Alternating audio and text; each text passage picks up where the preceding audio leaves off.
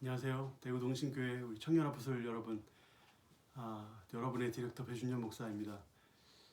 제가 이렇게 지금 시각이 20일이죠. 20일 11시 54분입니다. 방금 여러분도 아마 공지를 만나 보셨을 텐데 내일부터 새벽 예배를 잠정적으로 중단하게 됐습니다.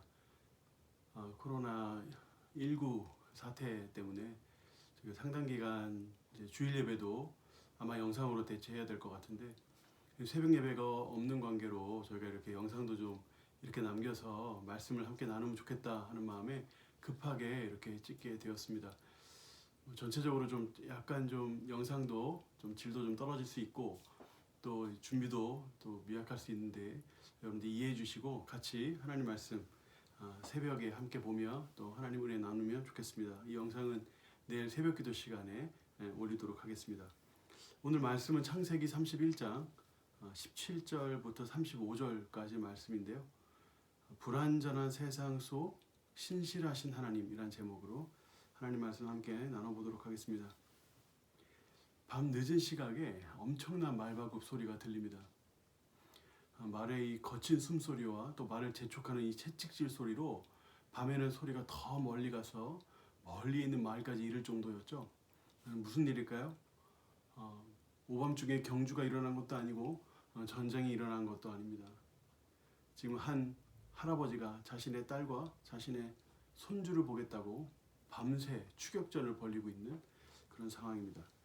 야곱이 외삼촌 라반의 땅에서 얻은 4명의 아내와 12자녀 그리고 많은 가축들과 재산들을 가지고 야반도주를 감행했습니다. 야곱이 자신의 딸과 손주들 그리고 이 막대한 재산을 가지고 야반도주를 한 이 사실을 외삼촌 라반은 3일 후에나 알게 됐습니다.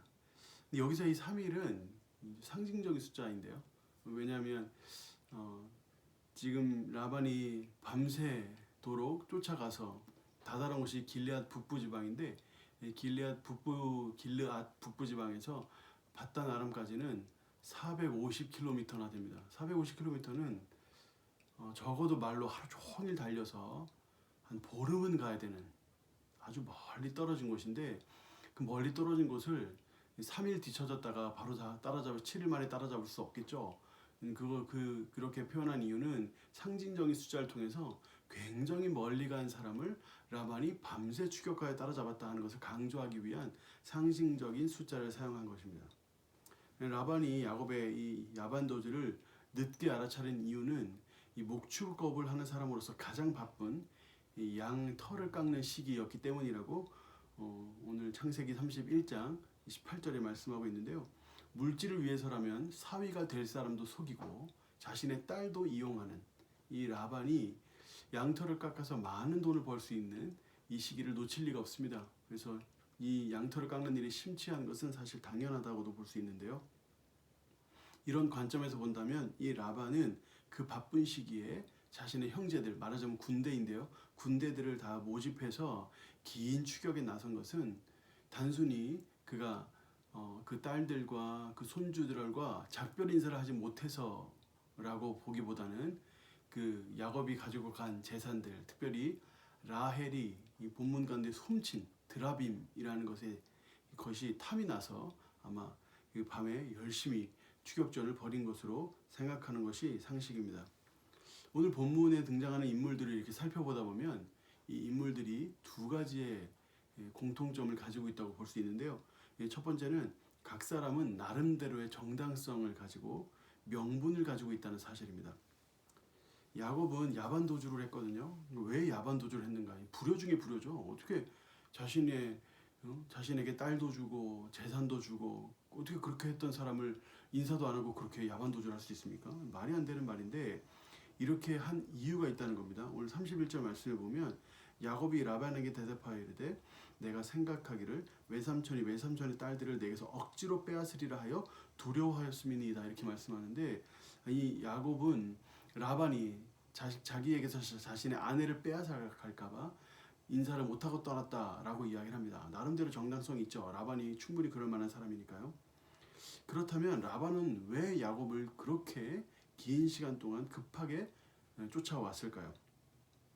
그것도 작은 적지 않은 형제들, 말하자면 군대들을 이끌고 따라왔는데 왜 그랬을까요? 오늘 본문에 보면 26절, 27절에 말씀하고 있는 것처럼 야곱이 자신의 딸과 손주들을 그러니까 야곱이 자신의 딸과 손주들을 칼에 사로잡힌 자처럼 끌고 갔기 때문에 그렇게 이 라반이 쫓아왔다라고 주장을 합니다. 그러니까 다른 말로 이 야곱이 자신의 딸과 자신의 손주를 마치 전쟁포로 끌고 가듯이 그렇게 끌고 갔기 때문에 이 라반이 그것에 대해서 분개해서 쫓아왔다고 하는데 사실상 그렇지 않죠. 그 딸들과 그 손주들은 자발적으로 야곱을 따라왔습니다. 왜냐하면 라반은 계속적으로 야곱을 속여왔고 계속 착취해왔고 이것을 다 딸들이 다 봤기 때문이죠. 사실은 본심이 무엇이냐? 30절에 나옵니다. 30절에 보면 이제 내가 내 아버지의 집을 사모하여 돌아가려는 것은 옳거니와 어찌 내 신을 도둑질하였느냐? 내 신을 도둑질하여 여기서 내 신이 여기서 얘기하는 신이 이 드라빔입니다. 드라빔. 그러니까 야곱은 그 라반에게서 딸들 자신의 아내들을 빼앗길까봐 도망을 했고 라반은 그 야곱이 떠날 때 라헬이 훔쳤던 그 드라빔을 다시 되찾기 위하여 쫓아갔던 것이죠. 드라빔이 무엇이냐면 정확하게 어떻게 생겼는지 성경을 통해서도 정확히 알 수는 없습니다. 그런데 성경 여러 말씀들을 보면 이 드라빔은 크기도 다양하고 또 종류도 다양했던 것으로 보여요. 학자들은 이 드라빔을 우상의 종류로 보는데 특별히 가족을 위한 수호하는 우상이라고 봅니다. 이것이 메소포타미아 지방의 하나의 문화였다고 하더라고요. 그러니까 라헬이 바로 이 가족 수호신 이 드라빔을 훔쳐갔고 지금 라헬이 도망가고 있는 중이죠. 라헬은 왜 그럼 드라빔을 훔친 건가? 라헬의 입장에서 보면 야곱을 따라 자기 나름대로는 고향도 떠나죠. 친척도 떠나죠. 아버지의 집을 떠난단 말이죠. 본토 친척 아버지의 집을 떠나는 중이에요. 그리고 그 아버지는 딸들을 이용해서 돈을 벌려고 하는 사람이지 딸들을 위하는 사람이 아닙니다. 그러다 보니까 이 라헬이 지금 다 버리고 떠나야 되는데 남편을 따라서 기댈 데가 없는 거예요. 그러니까 그 집에 있었던 그 가족 수호신 드라빔을 훔쳐가지고 떠나는 겁니다. 야곱은 라반이 자신의 아내들을 빼앗을까봐 야반 도주를 했고 라반은 자신의 드라빔을 되찾기 위하여 추격전을 벌였고 라헬은 아버지를 믿을 수 없으니 믿을 것이 필요해서 드라빔을 훔쳤습니다. 나름대로의 이유가 있죠. 나름대로의 이유가 있습니다. 나름대로의 사정이 있습니다. 나름대로의 정당성이 있습니다. 이것이 이들이 가지고 있는 첫 번째 공통점인데 두 번째 공통점이 있습니다. 그게 뭘까요? 누구 하나 의인이 없다는 거예요.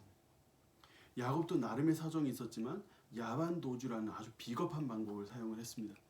라반도 재산을 찾기 위해서 즉 드라빔을 되찾기 위해서 그 먼 거리 추격전을 벌였죠. 근데 그가 야곱과 그 딸들까지 해할 마음이 있었다 하는 사실이 29절에 엿보입니다. 29절에 보시면 너를 해할 만한 능력이 내 손에 있었다 라고 얘기하죠.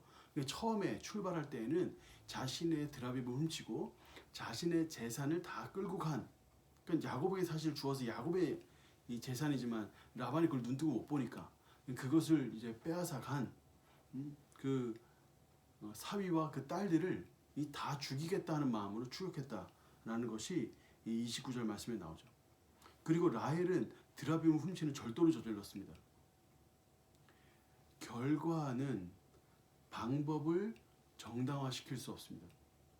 목적은 수단을 정당화할 수 없죠. 아무리 결과가 좋다 하더라도 그 방법이 틀렸다면 그것은 불의한 것입니다. 아무리 목적이 선하다 하더라도 그 수단이 정직하지 못했다면 그것은 범죄죠. 그러니까 결과는 절대로 방법을 정당화할 수 없고 그 목적은 수단을 정당화시킬 수 없습니다. 오늘 본문의 모든 등장인물들은 다 자기 나름의 이유를 가지고 있습니다. 그리고 목숨을 걸어요. 목숨을 걸듯이 열심히 살아갑니다. 근데 어느 누구도 어느 한 사람 의로운 사람이 없어요. 이때 유일하게 의로우신 한 분이 나타납니다. 바로 그분이 우리 하나님이시죠. 24절에 보니까 우리 하나님께서 이렇게 말씀하십니다. 밤에 하나님이 아람 사람 라반에게 현몽하여 이르시되 너는 삼가 야곱에게 선악간에 말하지 말라 하셨더라. 라반이 지금 야곱을 잡기 위해서 추격전을 벌이다가 지금 거의 직전까지 왔습니다. 그 직전 날 밤에 하나님께서 라반에게 나타나셔요. 그리고 야곱을 선악간에 말하지 말라 이렇게 명령을 하시는데, 이 선악을 판단해서 벌하려고 하지 말라 이런 뜻입니다. 야곱이 분명히 잘못한 부분이 있지만 그것을 선악간에 분별해서 그걸로 벌하려고 하지 말라는 겁니다. 모두가 다 죄인이고요. 의로운 사람이 아무도 없고 다 자기의 이익을 위해서 불의를 불사하고 있는데, 이 상황에서 하나님은 야곱의 편에 서시는 거예요. 그 이유가 무엇입니까? 창세기 28장인데요. 창세기 28장 12절에서 14절 제가 한번 읽어드릴게요. 꿈에 본즉 사닥다리가 땅 위에 서 있는데 그 꼭대기가 하늘에 닿았고, 또 본즉 하나님의 사자들이 그 위에서 오르락 내리락 하고, 또 본즉 여호와께서 그 위에 서서 이르시되 나는 여호와니 너의 조부 아브라함의 하나님이요 이삭의 하나님이라. 내가 누워 있는 땅을 내가 너와 내 자손에게 주리니 내 자손이 땅의 티끌같이 되어 내가 서쪽과 동쪽과 북쪽과 남쪽으로 퍼져 나갈지며 땅의 모든 족속이 너와 내 자손으로 말미암아 복을 받으리라. 여러분, 이 장면이 어떤 장면입니까? 야곱이 에서를 속이고, 야곱도 사실 똑같은 사람이죠. 결과는 방법을 정당할 수 없어요. 목적은 수단을 정당할 수 없습니다. 그런데 이 야곱도 복을 받기 위해서 에서를 속이고 또 아버지 이삭도 속였죠.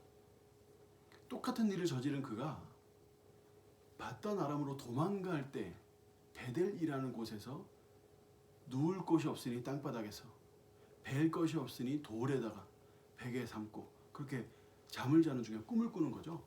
그래서 천사가 오르락 내리락 하는 것을 보는 겁니다. 그 가운데 하나님께서 이 야곱에게 약속하신 장면이에요. 내가 너를 큰 민족이 되게 하겠다. 내가 너를 통하여 민족들에게 복을 베풀겠다. 이것은 유일하게 공의로우시고 유일하게 자비로우신 하나님께서 하신 약속이고, 그 하나님이 지금도 그 약속을 기억하고 계시다는 거예요. 그리고 그 약속을 이루기 위해서 열심히 일하신다는 거죠. 우리 하나님은 그리고 그 약속을 반드시 이루실 거예요. 처음 바단 아람에 이르렀을 때 야곱은 결혼할 수 있는 어떠한 조건도 갖추지 못한, 결혼하려면 지참금이 필요하거든요. 결혼 지참금도 하나도 없는, 정말 말 그대로 빈털터리 청년이었습니다. 근데 그런 야곱이 바단 아람에서 20년 정도 시간을 보내니까 그곳에서 하나님께서 4명의 아내도 주시고 많은 가축도 주시고 자녀들도 12명이나 주시고 많은 재산을 가지게 하셨어요. 하나님이 하신 거예요.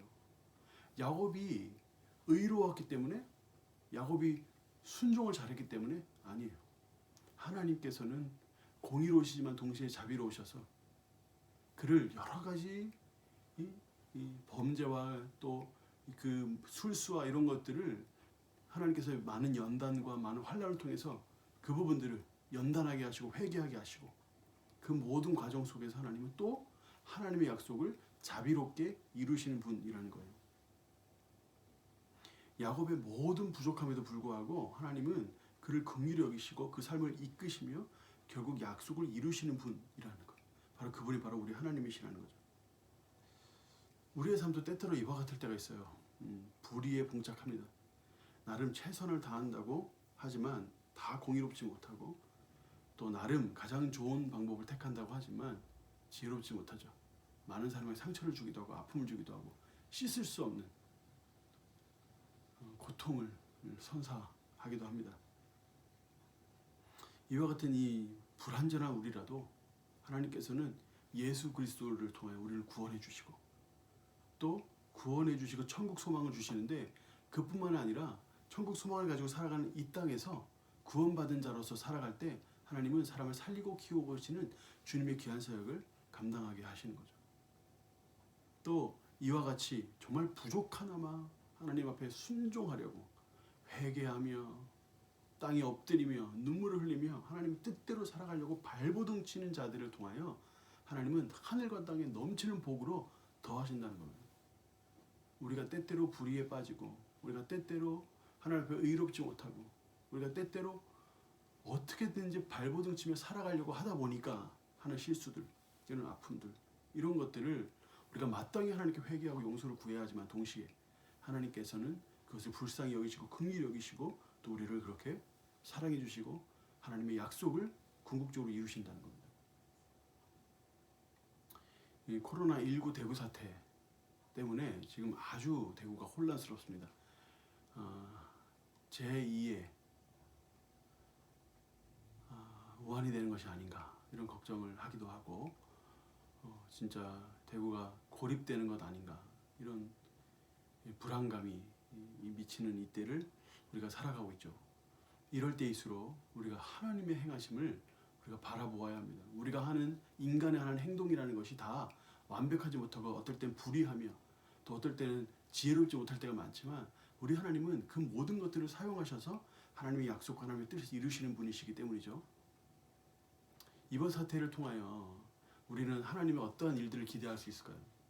우리가 다 알 수 없지만 제가 최근에 알게 된 한 가지 사실이 있습니다. 우리 청년 아포스에 보면 신천지에 빠져 있다가 주님께로 돌아온 이들이 간혹가다 있어요. 최근에 10년 동안 신천지에 있다가 주님께 돌아온 청년이 있었습니다. 그 청년이 참 신실하게 열심히 하나님 섬기고에 애쓰고 있는데 잘 예배드리려고 애쓰고 있고 아직 신천지에 빠져 있는 가족들도 구원하려고 애를 많이 쓰고 있는데 그 청년한테도 전화가 왔어요. 자꾸 신천지에 현재 있는 사람들이 자꾸 자기에게 전화를 한다는 거예요. 이건 되게 이례적인 일이거든요. 신천지에 있는 사람들은 소위 말하자면 신천지에 탈퇴한 사람들, 배교자들에게는 연락을 끊어버립니다. 연락을 안 해요. 그런데 연락을 계속 하는 거예요. 그래서 왜 연락하나 이 전화를 받아봤더니 이번에 신종 코로나 이 사건 때문에 이 사람들이 인터넷을 보기 시작하는 겁니다. 여러분 잘 아시죠? 신천지 사람들은 인터넷을 절대 보지 못하게 합니다. 지금 어느 지령까지 내려왔다고 알려졌냐면 이 코로나 이 바이러스에 대한 기사를 보거나 또는 그 기사에 달려있는 댓글을 보는 이는 바로 그 순간 제명하겠다 이렇게까지 협박적으로 나오고 있는데 왜냐하면 인터넷을 보고 또 이런 기사들을 보면 신천지의 불법, 신천지의 사기, 또 신천지의 이 약점들이 다 노출되기 때문이에요. 바로 그런 사람들이 이 코로나 사태 때문에 인터넷을 보기 시작하고 인터넷을 보면서 그들이 어떠한 거짓말에 지금까지 속고 있었는지를 깨닫는 사람들이 생긴다는 거예요. 그래서 그 사람들이 이 친구한테 전화를 한다는 거예요. 사실이냐고. 너 그거 알고 나갔냐고. 너 그게 사실이 아니라는 걸 알고 나가는 거냐고. 우리가 지금까지 속고 있었다는 사실을 너 알고 나간 거냐. 이게 진짜로 거짓말이고 이게 진짜 사기라면 나도 신천지에서 탈퇴하겠다. 이렇게 이야기하는 사람들이 생겨난다는 겁니다. 하나님께서는 이 혼란 중에도 일하고 계셔요. 우리가 다 연약하고 부족하죠. 모든 사람이 다 그렇습니다.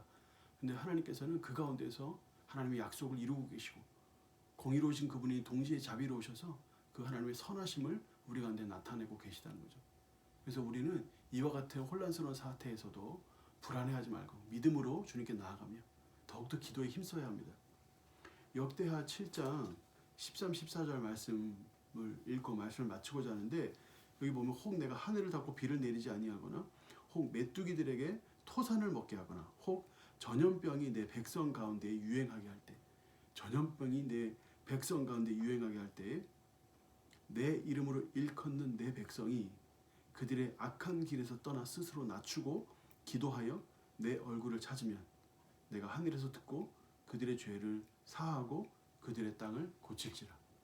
우리가 이 말씀을 우리 마음속에 기억하면서 하나님께서 우리로 더욱 겸비하여 회개하며 기도하라 하시는구나 생각하고 더 열심히 기도하는 우리가 되었으면 좋겠고 비록 우리가 교회에서 모이기는 힘든 상황이 되었지만 각자의 자리에서 여러분 기도하시고 또 애쓰시면서 하나님을 바라보는 저와 여러분 되기를 예수님 이름으로 축원합니다. 한 가지 광고 말씀 좀 드리고 영상을 마치겠습니다.